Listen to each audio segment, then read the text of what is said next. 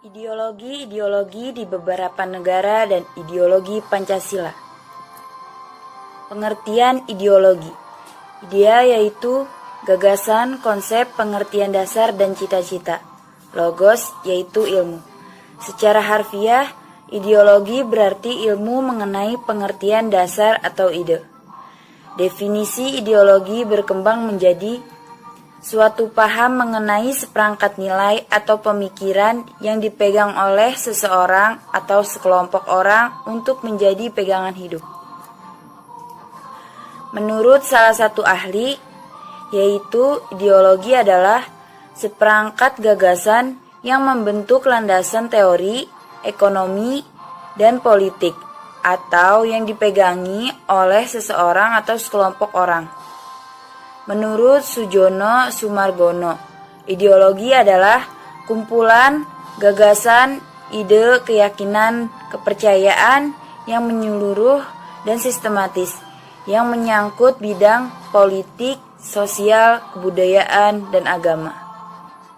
Fungsi ideologi. Pertama, sebagai tujuan atau cita-cita yang hendak dicapai bersama oleh suatu masyarakat. Yang kedua, sebagai pemersatu masyarakat dan juga menjadi prosedur penyelesaian konflik yang terjadi di dalam masyarakat.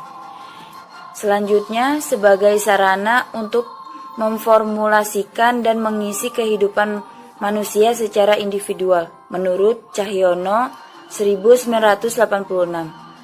Selanjutnya, sebagai jembatan pergeseran kendali kekuasaan dari generasi tua, founding fathers, ke generasi muda, menurut Tirja 2001. Selanjutnya, sebagai kekuatan yang mampu memberi semangat dan motivasi individu, masyarakat, dan berbangsa untuk menjalani kehidupan dalam mencapai tujuan, menurut Hidayat 2001. Beberapa ideologi di dunia. 1. Komunisme. Ciri-cirinya kesamaan kesempatan bagi semua orang atau semua rakyat. Kedua, penghapusan seluruh besar hak-hak milik pribadi dan negara. Ketiga, negara tidak memiliki strata atau kelas. Keempat, pemerintahan otoriter. Yang kedua, yaitu kapitalisme. Inti dari paham ini adalah adanya kapital atau modal dikuasai oleh pihak swasta dan negara hanya sebagai pengawas saja. Dampaknya, pengusaha yang kaya akan terus kaya dan buruh akan tetap menjadi buruh karena tidak ada intervensi dari pemerintah. Yang ketiga, anarkisme. Anarkisme merupakan tatanan politik di mana dianjurkan tidak perlu adanya negara, karena menurut paham anarkisme, negara hanya sebagai gangguan. Sesuai dengan namanya, orang yang menganut paham anarkisme ini menggunakan kekerasan dalam mencapai tujuannya dan menyampaikan ide-idenya. 4. Yaitu liberalisme. Ciri-ciri dari liberalisme yaitu 1. Kebebasan sebesar-besarnya, penolakan terhadap pembatasan baik dari pemerintah maupun agama. Kemudian pasar ekonomi relatif bebas. Yang kelima, fasisme. Ciri-cirinya itu ada 3. Yang pertama, kekuasaan dipegang oleh pemerintah yang dapat berupa koalisi sipil, militer, atau partai yang berkuasa pada saat itu. Yang kedua, rakyat diperintah dengan intimidasi agar patuh terhadap negara. Dan yang terakhir itu, pemerintah mengatur segala yang boleh maupun tidak boleh dilakukan oleh rakyatnya. Ideologi lainnya yang ada di dunia adalah ideologi konservatisme. Paham ini lebih memusatkan pada nilai-nilai ajaran kuno atau tradisional dan menentang keras dengan adanya modernisasi dan globalisasi.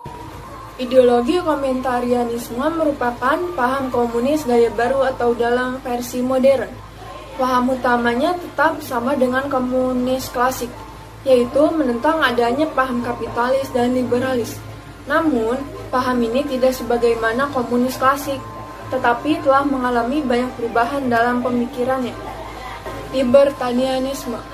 Paham ideologi libertarianisme, warga negaranya sangat menjunjung tinggi adanya kebebasan, terutama dalam kebebasan individu, baik dalam ranah politik maupun dalam ranah ekonomi. Mereka masih membutuhkan negara sebagai alat untuk mengatur dan mengawasi jalannya sebuah tatanan negara. Yang kesembilan, Nazisme. Nazi merupakan singkatan dari Nasional Sosialisme, adalah salah satu paham yang berasal dari negara Jerman, di mana tokohnya yang sangat fenomenal yaitu Adolf Hitler. Paham ini disinyalir bukanlah menjadi paham baru, melainkan adalah paham yang dikombinasikan dari berbagai jenis paham lainnya, seperti anti-Yahudi. Selanjutnya, nasionalisme. Nasionalisme merupakan paham di mana kedaulatan negara menjadi hal yang mutlak, di mana untuk mencapai hal tersebut harus dilakukan kerjasama atas orang-orang yang memiliki tujuan dan kepentingan yang sama. Selanjutnya, monarkisme. Monarkisme merupakan paham di mana kerajaan merupakan sumber utama dari kesejahteraan negaranya. Saat ini masih ada banyak negara yang menganut paham monarki, di antaranya adalah Brunei Darussalam, Arab Saudi, dan yang lainnya. Selanjutnya, sosialisme. Sosialisme tidak beda jauh dengan komunisme. Perbedaan utamanya hanya pada pemerintahannya yang tidak otoriter. Kemudian, demokrasi. Demokrasi berasal dari bahasa Yunani, yaitu demos yang artinya rakyat dan kratos yang artinya kekuasaan. Jadi demokrasi adalah kekuasaan yang dipegang sepenuhnya oleh rakyat. Berikut adalah macam-macam dari ideologi demokrasi. Yang pertama, demokrasi Pancasila. Demokrasi Pancasila merupakan ideologi yang dianut oleh suatu negara saja di dunia, yaitu Indonesia. Yang kedua, demokrasi Kristen. Demokrasi Kristen merupakan suatu tatanan negara di mana menerapkan demokrasi berdasarkan asas agama Kristen dalam pelaksanaannya. Yang ketiga, demokrasi Islam. Demokrasi Islam merupakan tatanan negara yang menerapkan paham demokrasi, namun tetap berlandasan pada asas Islam sebagai patokan utamanya. Sifat-sifat Pancasila sebagai ideologi. Yang pertama, terbuka. Nilai-nilai dan cita-cita digali dari kekayaan adat istiadatnya, budaya, dan religius masyarakatnya. Menerima reformasi, penguasa bertanggung jawab pada masyarakat sebagai pengembangan amanah rakyat.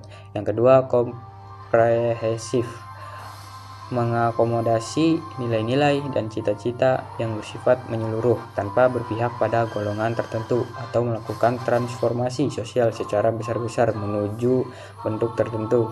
Negara mengakomodasikan berbagai idealisme yang berkembang dalam masyarakatnya yang bersifat majemuk.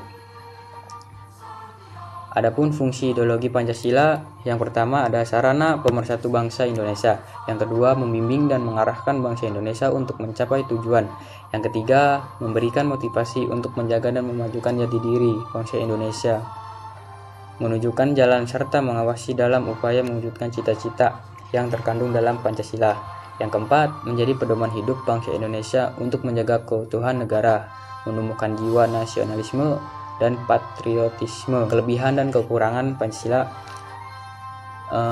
Kelebihannya yang pertama yaitu dapat membawa Indonesia ke arah yang lebih adil dan makmur. Yang kedua, memberi inspirasi akan tata masyarakat bebas. Yang ketiga, menjadi sumber etik sosial dan lain sebagainya. Adapun kekurangannya yaitu satu, memberi kesempatan kebebasan yang cenderung menjadi anarki. Yang kedua, adanya kemungkinan masuknya kepentingan nasionalisme. Yang ketiga, terlalu normatif. Yang keempat, dianggap tidak jelas karena hanya mengambil jalan tengah di antara komunis dan liberal.